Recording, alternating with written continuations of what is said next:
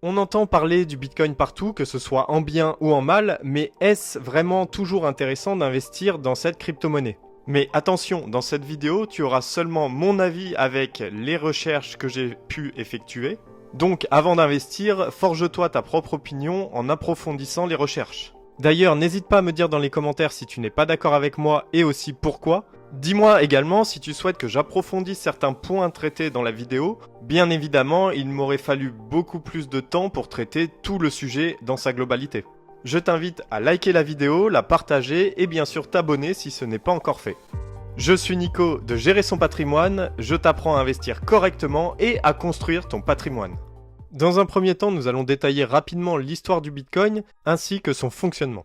Nous verrons ensuite les principaux risques qui y sont associés, puis nous nous attarderons sur les signaux positifs qui nous indiquent pourquoi il pourrait être intéressant d'investir dedans. Enfin, nous verrons la psychologie qu'il faut avoir pour appréhender cet investissement. Avant toute chose, nous allons voir qu'est-ce que le Bitcoin.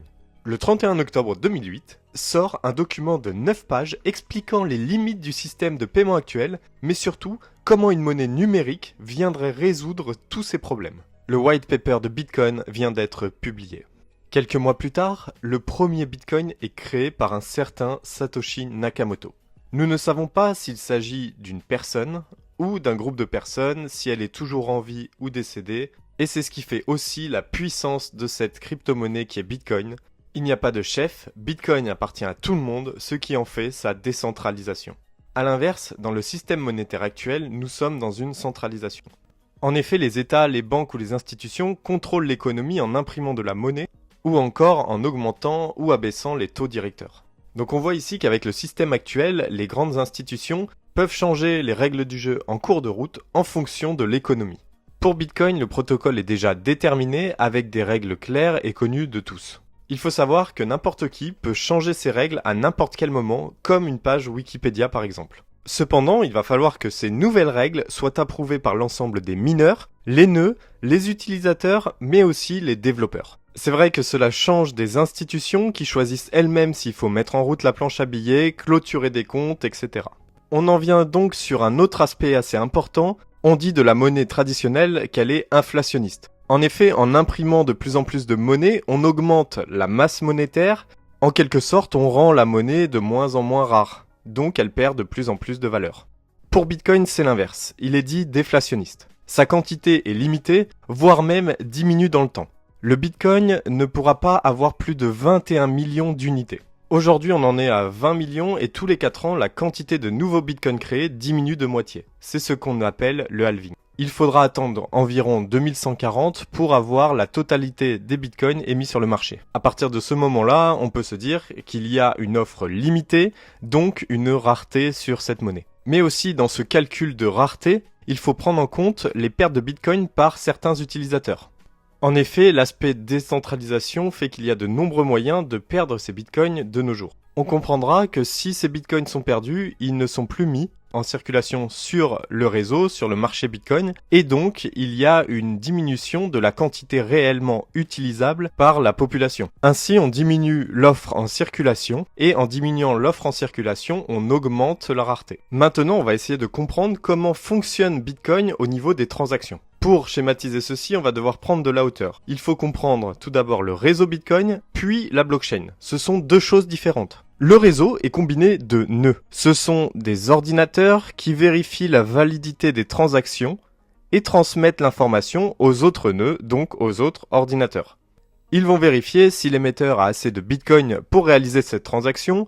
Ils vont aussi vérifier si cette transaction n'a pas été faite à quelqu'un d'autre au même moment, donc c'est-à-dire que l'émetteur n'a pas utilisé plusieurs fois ses Bitcoins, et ainsi éviter le problème de la double dépense. Une fois que la transaction est validée une première fois, elle est ajoutée dans un compartiment qui s'appelle le mempool. C'est ici qu'intervient le mineur. Il récupère cette transaction du compartiment, donc du mempool, pour former un nouveau bloc avec une transaction valide. Le bloc est envoyé aux autres nœuds du réseau qui vont vérifier si la transaction est bien valide, que la preuve de travail est correcte et que les règles du protocole sont bien respectées. À partir de ce moment-là, le bloc pourra être ajouté à la blockchain. On comprend ici et on matérialise bien tout l'aspect décentralisation.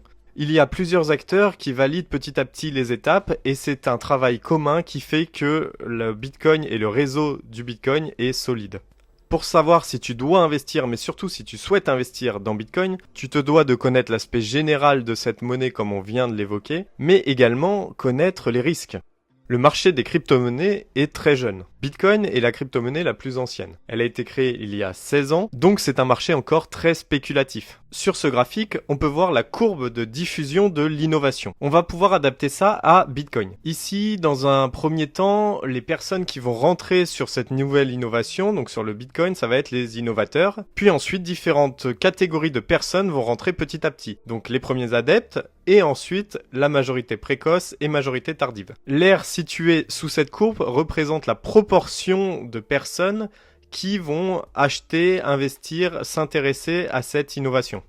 Bien évidemment, les personnes qui apportent le plus d'argent vont être au niveau de la majorité, puisqu'il y aura plus de monde.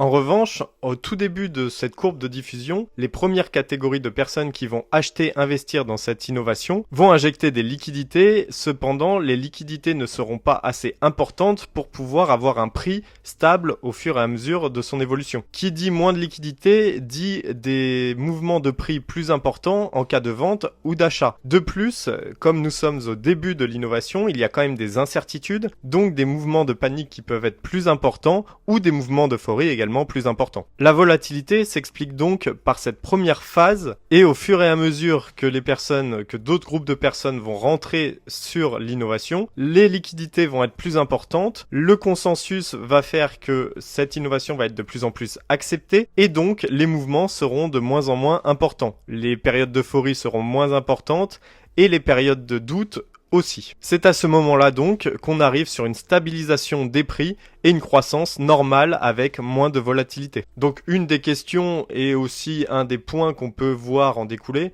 c'est se demander est-ce que réellement la croissance de Bitcoin va pouvoir être aussi importante dans les années futures où elle sera plus modérée et moins volatile. Donc maintenant tu comprends pourquoi le Bitcoin est volatile et tu comprends surtout que c'est normal. Cependant, pour moi, dire qu'un actif est risqué car il est volatile, c'est faire un énorme raccourci, voire dire quelque chose de complètement faux dans certains cas. Selon moi, des actifs non volatiles du tout peuvent être plus risqués, bien plus risqués que des actifs volatiles. Mais cela peut faire l'objet d'une autre vidéo, donc n'hésite pas à me dire en commentaire si tu souhaites que je traite ce sujet. Un autre risque qui pèse sur cette crypto-monnaie est le risque de régulation et de tentative de certaines institutions de reprendre des parts de marché. En effet, la Banque Centrale Européenne souhaite mettre en place un euro numérique afin de concurrencer les crypto-monnaies, mais surtout afin de garder la main et ne pas se faire dépasser par cette nouvelle technologie. Il faut savoir que plus Bitcoin sera adopté, moins les risques seront présents. Les adoptions massives et les transactions réalisées en Bitcoin participent au renforcement du réseau, mais également donc au renforcement du consensus, c'est-à-dire que la population croit en cette nouvelle technologie. À partir du moment où tu connais les risques et tu les comprends, on va donc voir quels éléments nous indiquent qu'investir sur cette crypto-monnaie peut être un bon choix. Aujourd'hui, de plus en plus de fonds d'investissement placent l'argent de leurs clients sur le Bitcoin.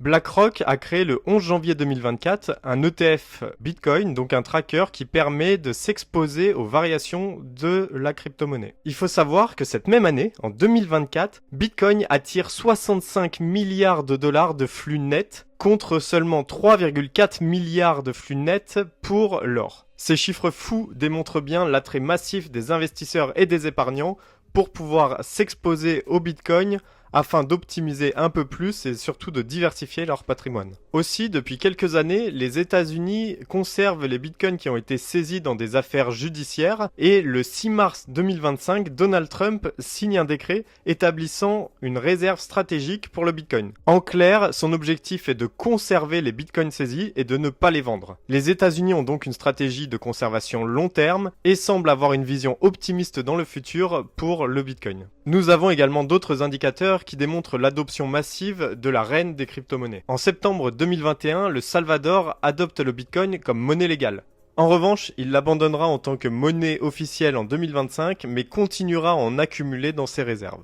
En 2017, le Japon a reconnu Bitcoin comme une monnaie virtuelle. De plus, les grandes entreprises accumulent toujours plus de Bitcoin, comme Michael Saylor avec MicroStrategy, qui en possède plus de 555 000.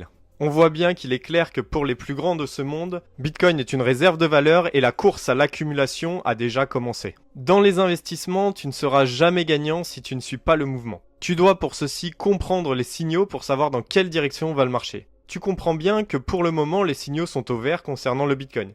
En revanche, est-ce que cela va durer ? Ça, je ne peux pas te dire, je n'ai pas de boule de cristal. Un autre point important à souligner, c'est qu'on compare souvent le Bitcoin à l'or en le qualifiant d'or numérique. Contrairement au Bitcoin, l'or n'est pas limité. Concrètement, aujourd'hui, il est de plus en plus difficile et coûteux d'extraire de l'or, donc c'est en quelque sorte la limite technologique qui fait la rareté de l'or. Mais il suffit donc d'une évolution massive dans les outils utilisés pour extraire l'or pour que la ruée vers l'or recommence. Alors bien sûr, les ressources sont limitées sur Terre, mais à la base, la création de l'or se fait dans l'espace. En effet, l'or est créé en partie par l'explosion d'étoiles massives. Aujourd'hui, on retrouve donc de l'or sur les météorites qui gravitent dans l'espace dans notre système solaire. Beaucoup de scientifiques se sont donc demandé si on ne pouvait pas aller extraire de l'or sur ces météorites. Bien évidemment, la réponse actuelle est non, car pas assez rentable. Cependant, la technologie dans le système spatial évolue de plus en plus avec des fusées réutilisables, de nouvelles technologies de plus en plus performantes, ce qui fait qu'à terme, on pourrait imaginer qu'il pourrait être rentable d'envoyer des fusées extraire de l'or sur les météorites présentes dans l'espace. À ce moment-là, le jour où on atteint ce seuil de rentabilité, on ouvrira un nouveau marché dans l'extraction de l'or. Et ainsi, on pourrait penser qu'il y aura mécaniquement une dévaluation du cours de l'or, car il y aura maintenant plus d'offres. Aussi, très récemment, le 16 mai 2025, des articles nous indiquent que les chercheurs du CERN, les scientifiques du CERN, ont réussi à créer de l'or à partir du plomb. Bien sûr, le processus est très coûteux et lourd en énergie, donc il n'est pas rentable pour le moment. Mais c'est une avancée majeure dans la transformation d'un métal comme le plomb en or. Pour le moment, on a donc un métal, l'or, que l'on connaît depuis longtemps, qui s'avère avoir des failles puisqu'on pourra l'extraire par exemple dans l'espace, on peut potentiellement en créer avec du plomb.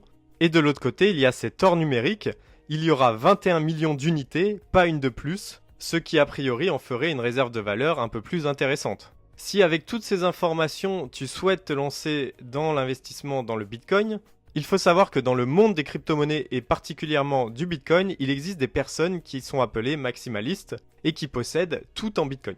Ils se payent en Bitcoin, ils reçoivent leur salaire en Bitcoin et également leur monnaie de référence est le Bitcoin. Nous, aujourd'hui, quand on parle d'un investissement, quand on veut acheter de l'immobilier, notre baguette de pain, etc., on parle en euros ou en dollars si on est dans un pays qui utilise le dollar.